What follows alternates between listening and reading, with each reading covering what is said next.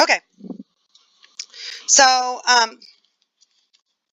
last week we learned the fundamental theorem of calculus was that the integral from a to b of f prime of x with respect to x is equal to f of b minus f of a. Now I want to point something out real quick that I noticed as I was grading your formula quizzes from last week. That guy right there, is that important? Extremely important. If we leave that out, we are completely wrong, because the integral of a function from a to b is not the function value at b minus the function value at a. The integral of a function from a to b is the antiderivative of that function evaluated at b minus the antiderivative of that function evaluated at a. I'm not sure if it was this class or the other class, but I mentioned another way that you will sometimes see the fundamental theorem written is like this.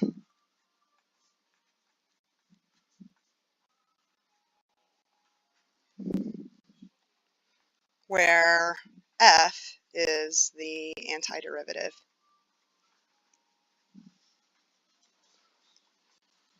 of f.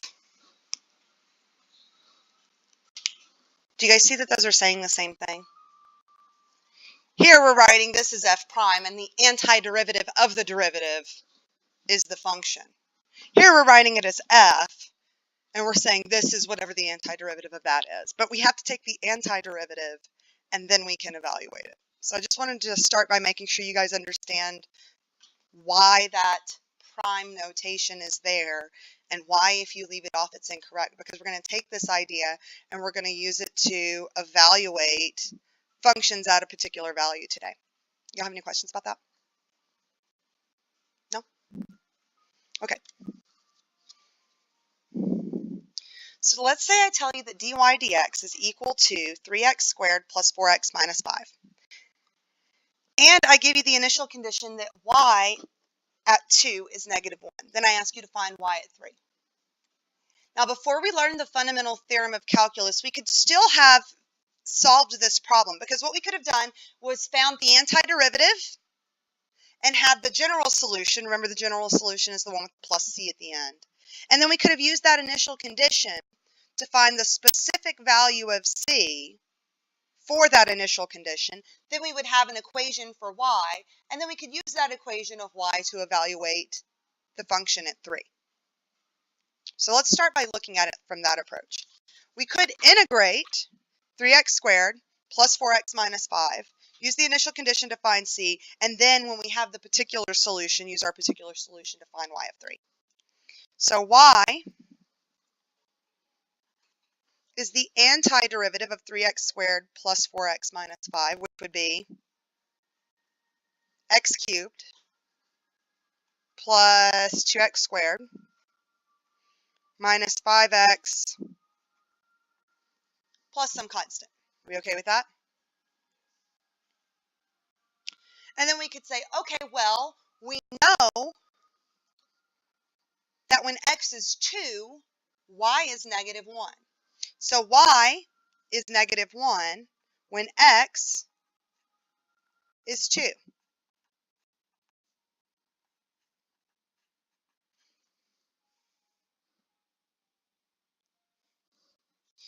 So then we have 8 plus another 8 is 16.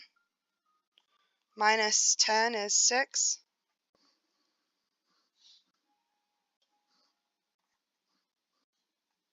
So c is negative 7. So we have our particular solution that fits this initial condition.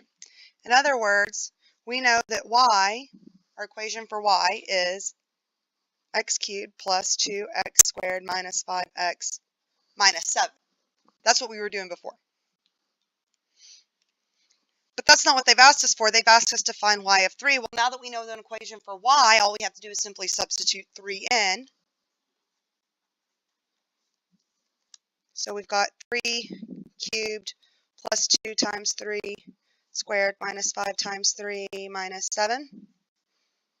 So 27 plus 18 minus 15 minus 7. let's see, that would be 3. 27 and 3 is 30. Minus 7 would be 23.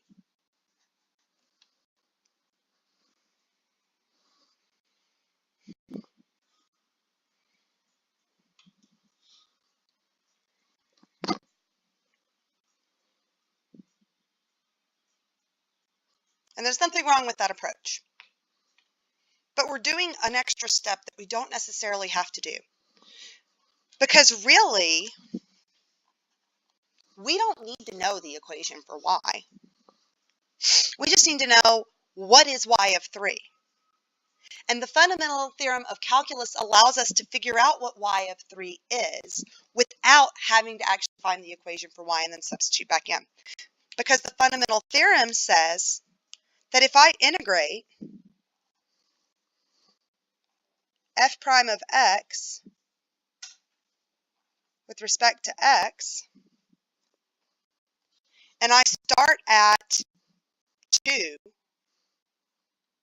and I stop at 3, then that's going to be equal to f of 3 minus f of 2.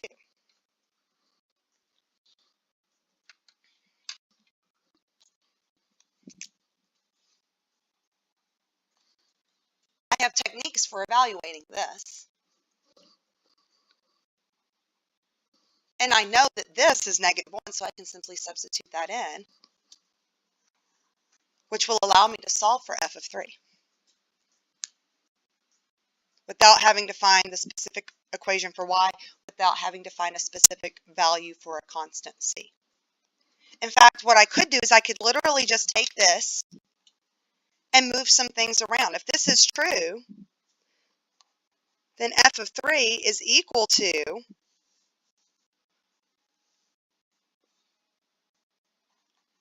f of 2 plus the integral from 2 to 3 f prime of x dx.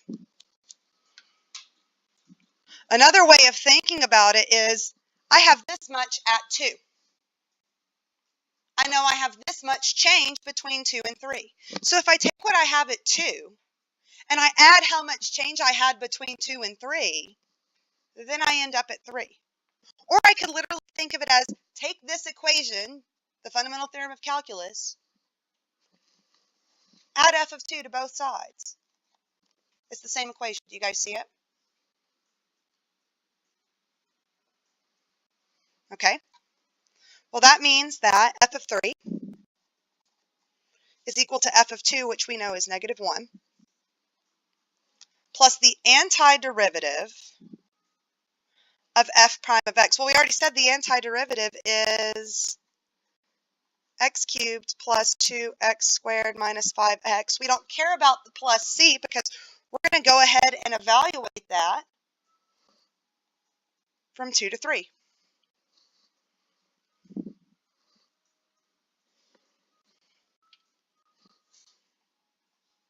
So negative 1 plus this evaluated at 3.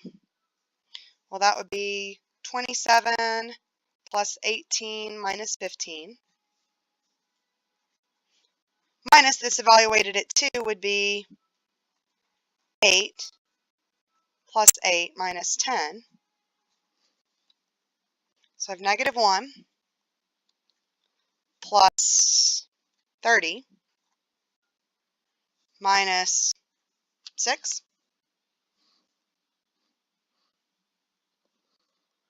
So 30 minus 7 would be 23.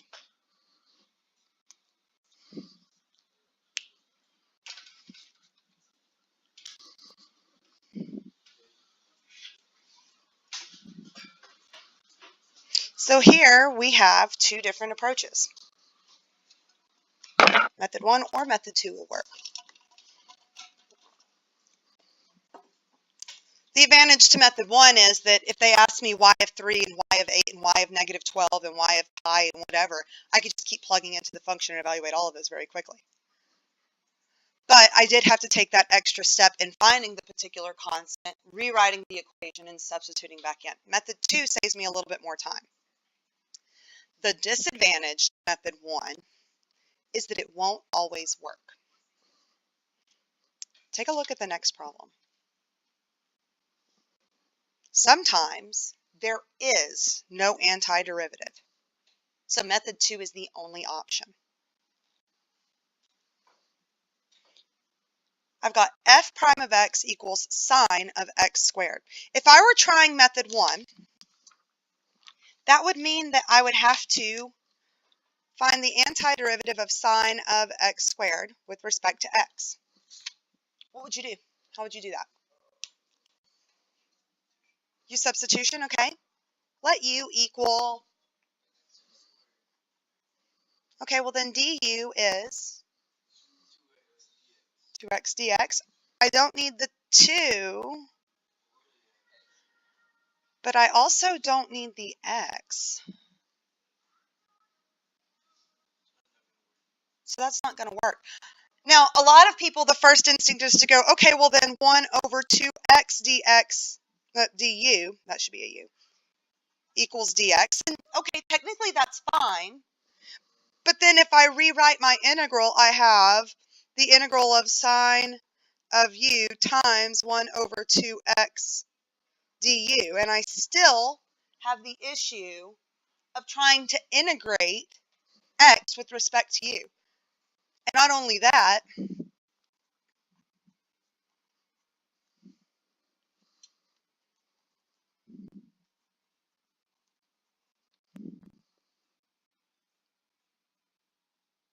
what would that be? X to the power of 0 over,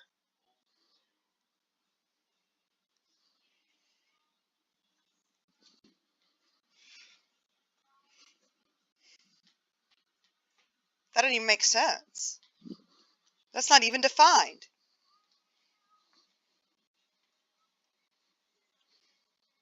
So how do we integrate that? Without this extra x that I need for my u substitution, I can't. And you might be thinking to yourself, okay, well, there's probably some technique that we haven't learned yet that will allow us to find the antiderivative of that. There is for this, and that's going to be in our upcoming units. We haven't talked about that. So this we could handle, but there is no technique. There's no magic trick that I'm holding out for you for this one. Because in order for a function to have an antiderivative, that means that there had to have been some function that existed that when I take the derivative, gives me that. There has to be some function who, when I take the derivative, gives me sine of x squared. And there's not. Because at the very least, to get sine of x squared, I'd have to have cosine of x squared so that when I took the derivative, I got the sine of stuff, but then I'd still have my chain rule. I'd still have the issue of the derivative of the stuff. In other words, not every function has an antiderivative. Not every function has an antiderivative. It only has an antiderivative if there's some function that existed whose derivative would give me that. So what do? We use our calculator, and we use method 2. You guys got your 89s with you? Break them out. If you don't have your 89s, go grab an 84. I'll show you how to do it on those too.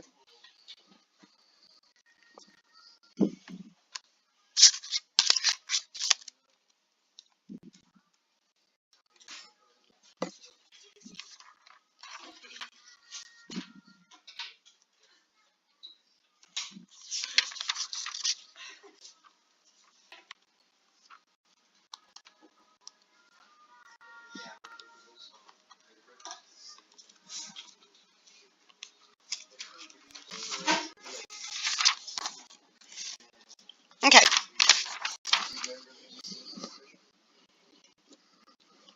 So we've already established we can't find the antiderivative of sine of x squared, but we do know that if this is my derivative, and I integrate my derivative from 1 to 2, that's going to be f of 2 minus f of 1. So I'm going to start with the 89s. Now you guys know that your 89s will do a whole lot of stuff that the 84s won't do. One of the things that they'll do is they'll give you the antiderivative of a function. So for example, by the way, F3, calculus menu, we're going to integrate. If I did something like up here, we'll go back to this first example. If I was integrating 3x squared plus 4x minus 5 with respect to x. If I stopped there, it's going to give me the antiderivative. It's just not going to put the plus c. So just like it could take the derivative and give us the derivative as a function, it can take the antiderivative and give us the antiderivative as a function. We just have to remember that the plus c isn't there. If I want to add bounds of integration, I can go back to my integral, add a comma, and put my low bound. So for example, 2. And then I could put another comma, and then I could put my upper bound, 3. So I just add those bounds of integration with commas.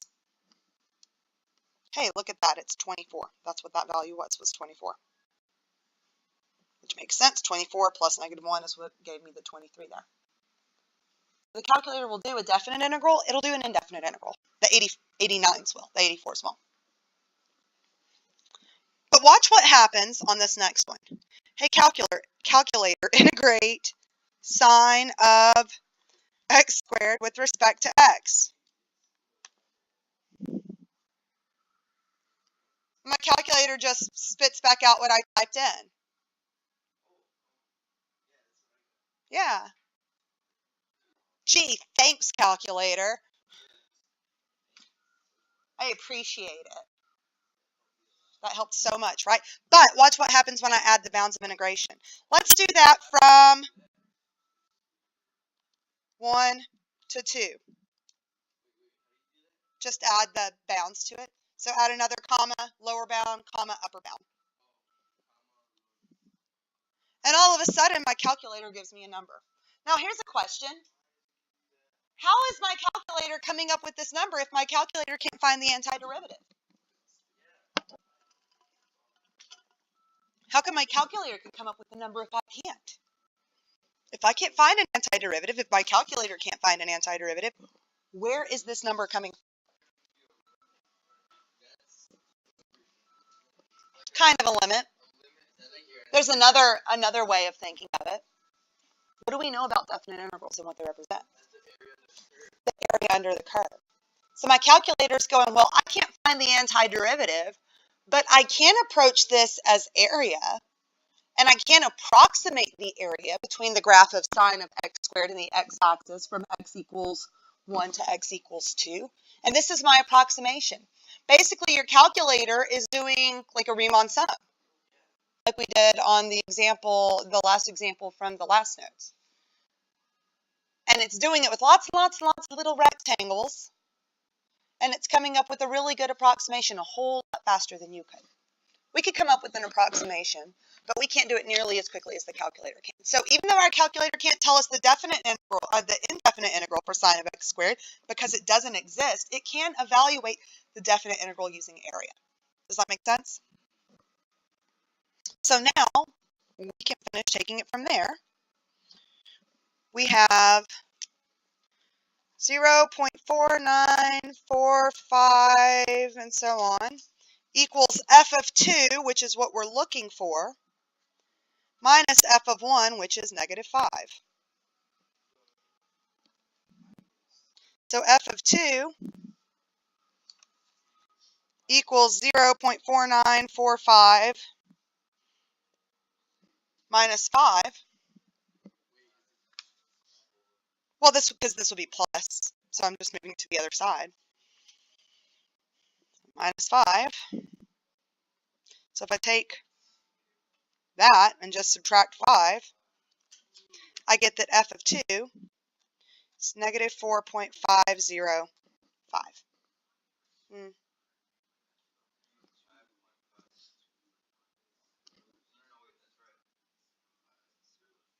I feel like something's wrong here.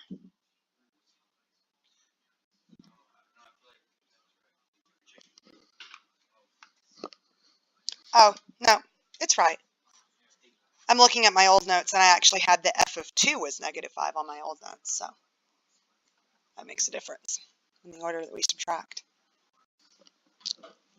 By the way, on the 84s, because you guys can have both, see if I can remember where they are. I think it's under math. Yeah, math. And then option 9.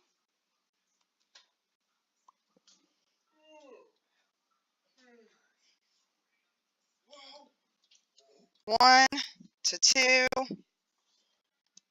Say sine of x squared with respect to x. Let me check my mode real quick and make sure that I'm in radian because I switch back and forth because of geometry.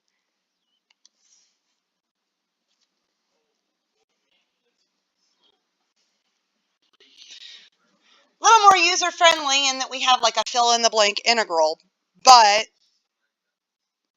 this calculator has to have the bounds of integration. It can't give me the indefinite integral the way the 89 is. So advantages and disadvantages to both.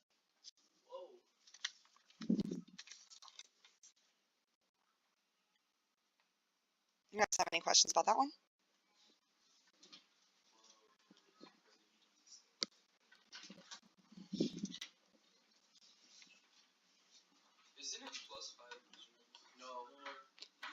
It is +5, but then when I move it to this side, I'm subtracting the +5, right?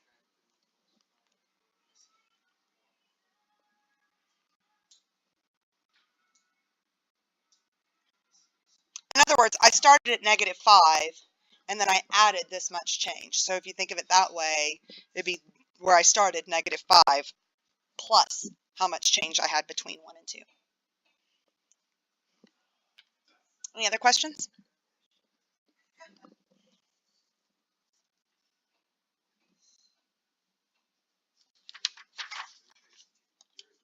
Well, let's try another one. The graph of f prime consists of 2 line segments in a semicircle, as shown to the right. Given that f of -2 is 5, find f of 0, f of 2, and f of 6. Now, we could write equations for each one of these segments and have 3 piecewise functions and evaluate this using definite integrals, except I think we're going to have a hard time integrating when we get to the square root of something minus x squared.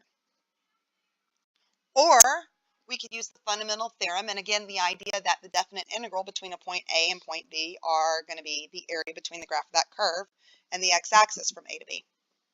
So for example, I know -2, I want to know 0, and this is the graph of the derivative. So if I integrate from -2 to 0, the derivative, then I'm going to get f of 0 minus f of -2 dx. Well, the definite integral from 0, or from -2 to 0, is that area.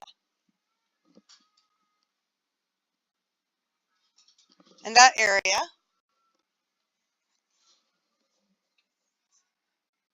will be 1/2 2 times 4 equals f of 0 minus f of -2 is 5.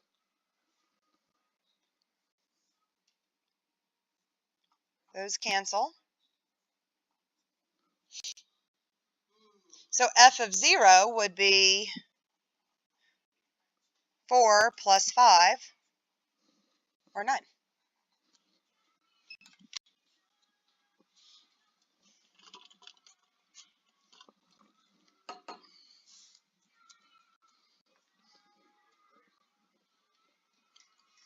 Are you okay with that?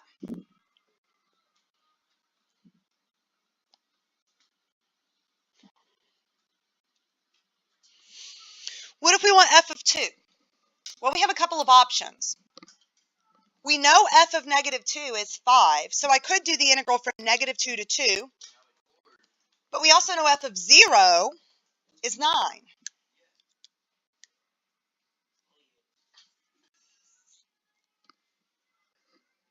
So I'm going to integrate from 0 to 2. and that's going to be f of 2 minus f of 0. So that integral will be this area, which should be the exact same thing, right, because of the symmetry. So we have 4 equals f of 2, which is what I'm looking for, minus f of 0 is 9. So then f of 2 would be 4 plus 9, 13. What if I had done it using negative 2? Well, then we would have had the integral from negative 2 to 2, f prime of x dx equals f of 2 minus f of negative 2. This would have been 4 times 4 times 1/2, so 8.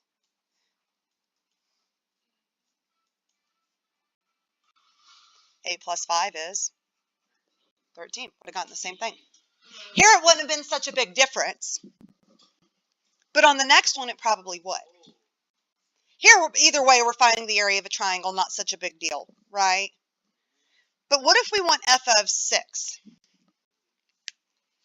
It's going to be a whole lot easier to do 2 to 6 than it is negative 2 to 6. Because if I'm doing negative 2 to 6, I have to take this triangle, the area of this triangle, and then subtract the area of that circle. Or I could just start at 2 and go 2 to 6, take f of 2, which I know is 13, and only have to calculate the area of that circle. You guys follow what I'm saying? Uh-oh. I may want to plug in my PC. I probably will. So the integral from 2 to 6, f prime of x dx, is f of 6 minus f of 2. Well, this area is going to be below the x-axis, so negative. And then we have a radius of 2, and it's a semicircle, so negative 1/2 times 2 squared pi r squared, equals f of 6 minus 13.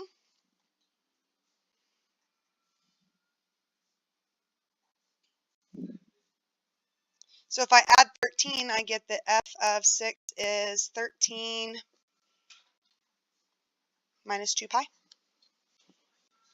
Because it's negative.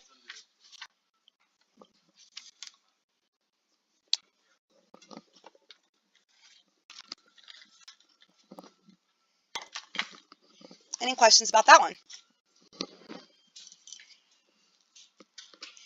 All right. I'd like for you guys to try the next one on your own. The graph of f prime is shown. Use the figure and the fact that f of 3 equals 5 to find f of 0, f of 7, and f of 9. And here I've just given you the areas. So the area of this region is 4, area of this region is 9, area of this region is 2. See what you can do with that one.